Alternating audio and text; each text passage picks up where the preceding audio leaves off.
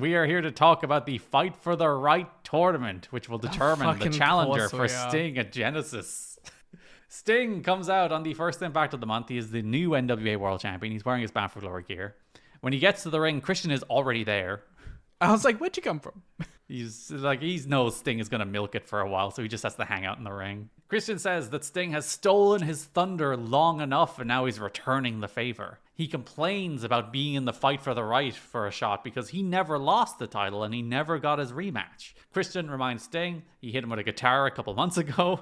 Christian says Sting is scared and terrified that he's not as big a star as Christian. He wants Sting to just give him the title match. Crowd are chanting for Joe at this point, which is fun. That like Christian's like, give me my match, and they're like, no, we want that Joe guy. We want Joe Sting, please. We want to see Sting die.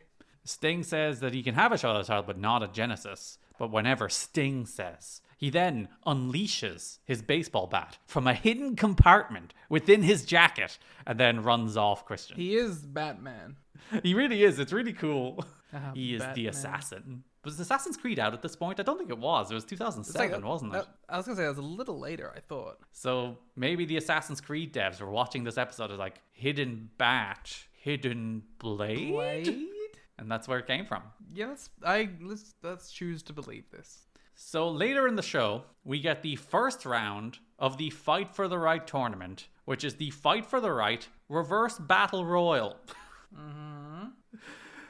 Now, you were saying moments ago, this is not full Russo bullshit month. And one of Vince Russo's most famous Russo bullshit things is here.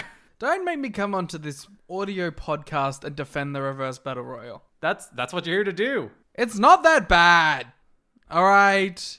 It's like, and you know what? It's booked quite well. Because in this Reverse Battle Royal, they rush to get in 5 minutes, which is how it should be. It's not meant to be like a long drawn out thing. It is like a race to see who can get in there. And then those people get to go to the next stage of the match. And I think that's fine. And they do it well, and they all get in there very quickly. And it's like the people that make it in there make sense.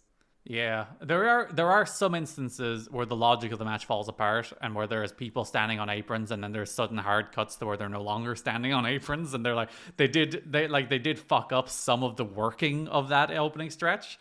But I don't think it's inherently the worst thing in the history of wrestling. No, I think it's perfectly serviceable. So if you've never heard of a Reverse Battle Royal and you're wondering what it is, oh, fuck off. Use a bit of fucking common sense. What do you think? They throw them under the bottom rope? Yeah, they go under the ring and then up through a hole in the middle of the ring. And guess what? That would also rule. There are 18 wrestlers outside the ring. The first 7 to get over the top rope into the ring then compete in a regular battle royal. Yeah, it's fine. Those 7 compete in the battle royal to determine the seeding of the Fight for the Right tournament. 7 is an interesting number. Yeah, it's a very weirdly constructed tournament in that it's a reverse battle royal leading to a battle royal leading to a series of 3-way matches leading to a singles match. Leading to 2 singles matches. Yeah, it's a strange formatted tournament. They get Kurt as well. Yeah, the winner also faces Kurt Angle. That's not announced here, but when we get to the final, it's announced that the winner of this tournament will be the first person to wrestle Kurt Angle in TNA. I would have said the loser wrestled him.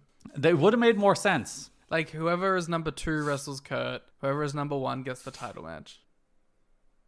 And you could have had Bobby be number 2. It would have worked. The final 2 are classic TNA gauntlet match rules or battle royal rules where it's a singles match. So the winner of this reverse battle royal match automatically gets seeded to the final.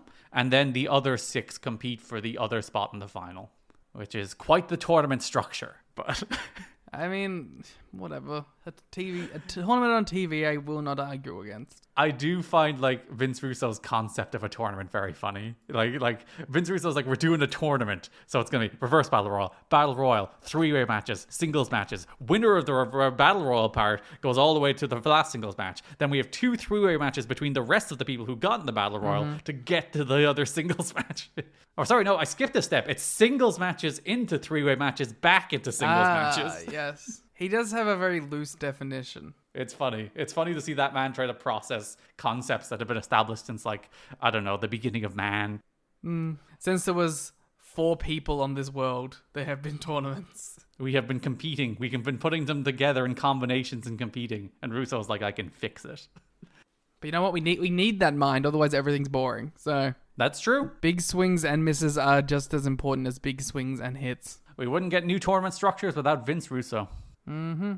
Our competitors in this match are Abyss, AJ Styles, Chris Sabin, Christopher Daniels, Lance Hoyt, Robert Roode, Ron Killings, Brother Devon, Brother Runt, Christian Cage, Eric Young, James Storm, Jay Lethal, Kazarian, Kip James, Raven Senshi, Sanjay Dutt. There are, as I said, immediately incidences of people being left like unguarded and having to like not try and get in the ring and start a fight with somebody. There is one instance where you can see AJ standing on the apron, but he's magically like transported down to the floor, which like you can get around if you're smarter about where you worked the match. But they had some silly logic flaws in how it was worked. But again, I don't think it's the worst thing in the history of the universe. And actually, the match turns out to be pretty good. Yeah, I kind of have a problem with this. Rude gets in first. Eric Young spends the entire match running around the ring. We get a bunch of smaller stories here that we'll come back to when we're covering those individual stuff. Sabin gets in. Styles and Daniels unite to get in. Abyss kicks Hoyt off and gets in, and then Hoyt also just gets in. Killings gets in as a LAX attack. Storm and 3D are shouting at AMW and the Naturals, and there's a whole bunch of fucking stuff happening at ringside that we'll get into through the various stories, which is both good and bad. It was a very chaotic match, but at least like it did serve a lot of stories. It's also meant to be a chaotic match. So now we're down to regular Battle Royal rules. Rude dumps out Killings as Don stresses he's out of the match, but not the tournament. So he will advance further into the singles matches and maybe get a 3-way match and maybe get a singles match. Rude also eliminates Sabin, Styles, and Daniels high-low Abyss as Styles eats a clothesline for Daniels. So takes one for his partner. Miss Brooks grabs Daniels' leg, allowing Rude to throw him out, but then Styles eliminates Rude. Abyss hip tosses AJ out as AJ takes a wild bump for this silly match. God bless the man. That brings us down to the final 2 of Abyss and Lance Hoyt. Winner gets a bye to the final. It's pinfall or submission here, as we do like a mini version of their 2005 match, their really great 2005 pay-per-view match, and it's a lot of fun. Hoyt does a fucking crazy moonsault where he just runs straight up the ropes and moonsaults Abyss, and for a man that size to do that kind of like step up moonsault off the top rope, fucking wild. Just sitting here like begging them to just do something with Lance Hoyt. It's been like, a very Lance Hoytless year. He disappeared for like 5-6 months. And like the most impressive thing about him is every time he gets like a spot, he delivers and like the crowd gets into him again. But they never follow it up well. No, they never do anything with it. Especially like last year when there was like an organic movement behind Lance Hoyt, and they just did absolutely nothing with it. Abyss hits the shock treatment for 2. Hoyt hits a big dropkick and then hits Abyss with a coast-to-coast dropkick into a chair for 2. Eventually, Abyss connects with the Black Hole Slam. Part of the reason I think this is a 3-star match is like that final Lance Hoyt and Abyss portion is actually really, really good. Yeah. But otherwise, like it's fine. It's not the worst thing in the history of wrestling. It's only like top 70. It's not even that. We should do that for Patreon. The top 70 worst things in the history of wrestling. I know what my number 1 is. We did recently basically do that when we covered the most disgusting promotional tactic list, but my number 1 is Vince McMahon being born. That set us on a wrong path. My number 2 is the Death Riders. John Moxley with the world title. Oh, ridiculous.